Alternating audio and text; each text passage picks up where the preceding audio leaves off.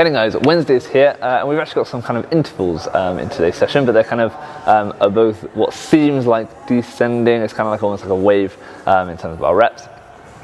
You're going to start off for time. You're going to go 3 rounds here of 10 kettlebell push press, 10 burpees, and then 50 double unders. Okay, 3 rounds through of that. You're then going to take a 90-second break. You're then going to do 2 rounds of 20, 20, and then 100.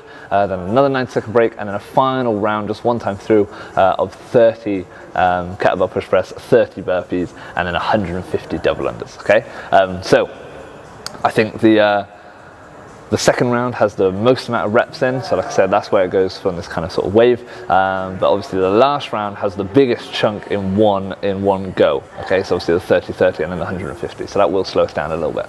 Now, the biggest thing to point out here is those kettlebell push press. It's not something that we do all the time, so let's talk about it a little bit. First of all, in terms of loads, we've prescribed a load here of 24 kilos for the guys, a pair of 24 kilos for the guys, and a pair of 16 kilo kettlebells for the girls. Now that is a tough load. That is going to be a heavy weight, but it should be challenging. The kettlebells make it even more difficult as well, because obviously the weight isn't distributed quite the same as a barbell, so it's going to make it more difficult. So that will take some getting used to. So we will spend some time just before the workout, obviously getting a little bit of practice, giving you a chance to build up as well, and kind of see how that feels. What I will say is, like I said, although we want it to be challenging, you should still be able to do 10 reps when you're fresh. However, in the workout, you're probably going to break it up a little bit more than that. I definitely know that by the time you get to the kind of the second part, where you've got the sets of 20 and then you've got the sets of 30 at the end, you're probably going to want to honestly do that in kind of like sets of 5 to 10. Okay, anyway, around those sort of numbers would be good.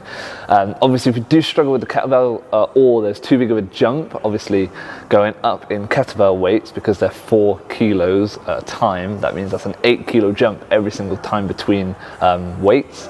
So you may want to go to a dumbbell instead if you are in the middle between 2 kettlebells or something like that, because the dumbbells are slightly easier, slightly more conventional for us to move through. Okay, so something to think about. All right. The 10 burpees and then the 50 double unders, obviously as always, we can just move through the burpees at a nice sort of steady pace. If we need to reduce those down to downouts, obviously that's absolutely fine. You just want to try and stay as consistent as possible. And then on those double unders, it's always a good time to practice double unders. So spend either for the 50, I would spend a minute. For the 100, I would spend roughly 2 minutes, or 90 seconds, sorry, and then for the 150, I would spend probably about sort of 2 minutes or so, just accumulating as many as you can, or getting some good practice in, and that's how you're going to find the best from this workout. Okay, so there you have it. Should take around about sort of 15 to 20 minutes, I would have thought, including the rest, but it's just allowing us to move through and just tire our shoulders out just a little bit. All right, so see you there.